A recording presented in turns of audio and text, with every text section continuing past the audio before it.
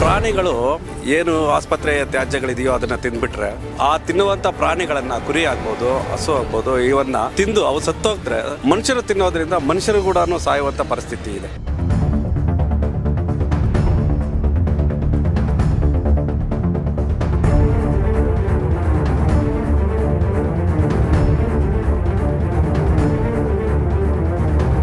ಚಿಂತಾಮಣಿ ನಗರದ ಎಲ್ಲ ವಾರ್ಡ್ಗಳಿಂದ ಬರುವಂತಹ ಕಸವನ್ನು ಸಿದ್ದೇಪಳ್ಳಿ ಕ್ರಾಸ್ ಬಳಿ ಇರುವಂತಹ ಕಸ ವಿಲೇವಾರಿ ಘಟಕಕ್ಕೆ ಹಾಕುತ್ತಿದ್ದು, ಒಣಕಸದ ಜೊತೆ ಆಸ್ಪತ್ರೆಗಳಲ್ಲಿ ರೋಗಿಗಳಿಗೆ ಉಪಯೋಗಿಸಿ ಹೊರಹಾಕಲ್ಪಡುವ ತ್ಯಾಜ್ಯ ವಸ್ತುಗಳಾದ ಸೂಜಿ, ಮಾತ್ರೆಗಳು ಮುಂತಾದ ಮೆಡಿವೇಸ್ಟ್ ವಸ್ತುಗಳು ಕಾಣಿಸುತ್ತಿವೆ. ಇಲ್ಲಿ ದನಕರುಗಳು, ನಾಯಿಗಳು ಇದನ್ನೇ ತಿಂದು ವಿಷಪೂರಿತ ಪ್ರಾಣಿಗಳಾಗಿ ಮಾರ್ಪಾಡಲು ಯಾವುದೇ ಸಂಶಯವಿಲ್ಲ. Welcome to Suman TV. ನಾನು ನಿಮ್ಮ ಲೋಕೇಶ್. ಇವತ್ತಿನ ದಿನ ಚಿಕ್ಕಬಳ್ಳಾಪುರ ಜಿಲ್ಲೆಯ ಚಿಂತಾಮಣಿ ನಗರ ಹೊರವಲಯದಲ್ಲಿ ಇರತಕ್ಕಂತ ಘನ ತ್ಯಾಜ್ಯ ಒಂದು ವಿಲೇವಾರಿಯಲ್ಲಿ ಹೆಚ್ಚಾಗಿ ಕಂಡು ಬರ್ತಾ ಇರತಕ್ಕಂತ ತ್ಯಾಜ್ಯ ವಿಲೇವಾರಿಯ ಜೊತೆಗೆ ಆಸ್ಪತ್ರೆಗಳ ಇಂಜೆಕ್ಷನ್ಗಳು, ಬಯೋಮೆಡಿಕಲ್ ವೇಸ್ಟ್ ಅನ್ನ ನೀವೀಗಾಗಲೇ ದೃಶ್ಯಗಳಲ್ಲಿ ನೀವೀಗ ನೋಡಿದೀರಾ. ಈ ಒಂದು ಅವ್ಯವಸ್ಥೆಯ ಒಂದು ಧ್ವನಿಯಾಗಿ ನಮ್ಮ ಒಂದು ಸುಮನ್ ಟಿವಿ ಆ ಒಂದು ಅವ್ಯವಸ್ಥೆಯನ್ನ ಸುದ್ದಿಯನ್ನ ಬಿತ್ತರಿಸಲಿಕ್ಕೆ ಬಂದಿರುವಂತದ್ದು. ಈ ಒಂದು ವಿಚಾರವಾಗಿ ನಮ್ಮೊಂದಿಗೆ ಮಾತನಾಡಲಿಕ್ಕೆ ಸ್ಥಳೀಯ ಒಂದು ಪ್ರಗತಿಪರ ಚಿಂತಕರಾಗಿರುವಂತಹ ಜನಾರ್ದನ್ ಸರ್ ಅವರು ನಮ್ಮೊಂದಿಗೆ ಇದ್ದಾರೆ. ಇದೀಗ ಅವ್ರನ್ನ ಮಾತಾಡ್ಸೋಣ. ಸರ್ ನಮಸ್ಕಾರ. ನಮಸ್ಕಾರ ಸರ್. ಈಗಾಗಲೇ ನೀವು ದೃಶ್ಯಗಳಲ್ಲಿ ನೋಡಿದೀರಾ. ಹೌದೌದು. ಈ ವಿಚಾರವಾಗಿ ತಾವು ಹೇಳೋದಾದ್ರೆ ಸರ್, ಮೊದಲನೇದಾಗಿ ಇಲ್ಲಿ ಕಮಿಷನರ್ಗೆ ಕೆಲಸ ಗೊತ್ತಿಲ್ಲ. ಅವರು ಡಿಪಾರ್ಟ್ಮೆಂಟ್ ಬಂದು ಮದರ್ ಡಿಪಾರ್ಟ್ಮೆಂಟ್ ಬಂದು ಪೊಲೀಸ್ ಡಿಪಾರ್ಟ್ಮೆಂಟ್.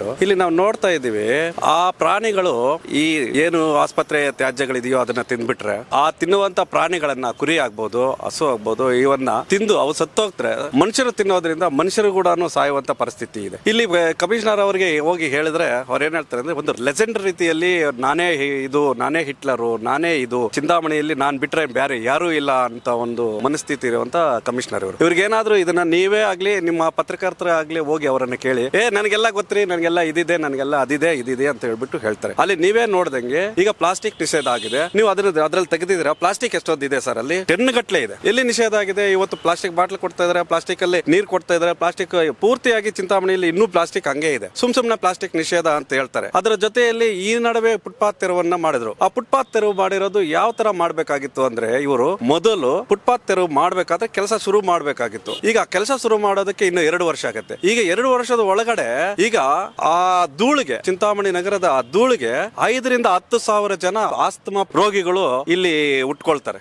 ಯಾವ ತರ ಆಗ್ತಾ ಇದೆ ಅಂದ್ರೆ, ಚಿಂತಾಮಣಿ ನಮಗೆ ಭಯ ಆಗ್ತಾ ಇದೆ. ಇವರು ಕಮಿಷನರ ಅಥವಾ ಇನ್ನೇನಾದ್ರೂ ಮಾಡೋದಕ್ಕೆ ಬಂದಿದಾರ? ಇಲ್ಲಿಗೆ ಚಿಂತಾಮಣಿಯನ್ನ ಏನು ಹಾಳು ಮಾಡಕ್ ಬಂದಿದಾರ ನಮ್ಗೆ ಅರ್ಥ ಆಗ್ತಾ ಇಲ್ಲ. ಇವ್ರು ಪೂರ್ತಿಯಾಗಿ ಚಿಂತಾಮಣಿಯನ್ನ ಮುಗಿಸ್ಬಿಡೋದಕ್ಕೆ ಬಂದಿದ್ದಾರೆ. ಇಲ್ಲಿ ನೀವು ನೋಡ್ತಾ ಇದ್ದೀರಾ, ಏನು ಇಲ್ಲಿ ಆಗಿರುವಂತ ಹಾಸ್ಪಿಟಲ್ ಇಂದ ಸಾಕುವಂತ ಏನು ವೇಸ್ಟೇಜ್ ಇದೆಯೋ ಅದನ್ನ ಕುರಿಗಳು ತಿಂತಾ ಇದೆ. ಆ ಕುರಿಗಳನ್ನ ಜನರು ತಿಂದ್ರೆ ಜನರ ಪ್ರಾಣ ಹೋಗತ್ತಾ ಇಲ್ವಾ ಸರ್? ಹೇಳಿ ಸರ್ ನೀವಾದ್ರೂ. ಆ ತರ ಒಂದು ಇದಿಟ್ಕೊಂಡಿವ್ರು ಇಲ್ಲಿ ಮಾಡ್ತಾ ಇರುವ ಕೆಲಸಗಳನ್ನ ನೋಡ್ತಾ ಇದ್ರೆ ಪೂರ್ತಿಯಾಗಿ ಇಲ್ಲಿಗಲ್ ಒಂದು ಇದಿದೆ. ಆದ್ರಿಂದ ನಿಜವಾಗ್ಲೂ ನೀವೊಂದು ಕಾಳಜಿ ಇಟ್ಕೊಂಡು ಈ ಒಂದು ವರದಿ ಮಾಡ್ತಾ ಇರೋದಕ್ಕೆ ನಿಮ್ಗೆ ವಾಟ್ಸ್ಆಪ್ ಹೇಳ್ತು. ಮತ್ತೆ ಈ ಜನರನ್ನ ನೀವು ಉಳಿಸ್ಬೇಕಂತ ಹೇಳ್ಬಿಟ್ಟು ನಾನು ಕೋರ್ಕೊಳ್ತಾ ಇದ್ದೀನಿ ಸರ್. ಈ ರೀತಿಯ ಅವ್ಯವಹಾರವು ನಗರಸಭೆಯಿಂದ ಆಗುತ್ತಿದೆಯೋ ಅಥವಾ ಖಾಸಗಿ ಆಸ್ಪತ್ರೆಗಳಿಂದ ಆಗುತ್ತೆಯೋ ತಿಳಿಯುತ್ತಿಲ್ಲ. ಆದರೆ ಇಲ್ಲಿನ ಮುಖ್ಯ ಸಮಸ್ಯೆ ಎಂದರೆ ಹಳ್ಳಿಯ ಜನರು, ಮಕ್ಕಳು, ವೃದ್ಧರು ಮತ್ತು ಗರ್ಭಿಣಿ ಸ್ತ್ರೀಯರು ರೋಗ ರುಜಿನಗಳಿಗೆ ಒಳಗಾಗಿ ಇದರ ಬಗ್ಗೆ ನಗರಸಭೆ ಅಧಿಕಾರಿಗಳು ಯಾವುದೇ ಕ್ರಮ ಕೈಗೊಂಡಿರುವುದಿಲ್ಲ.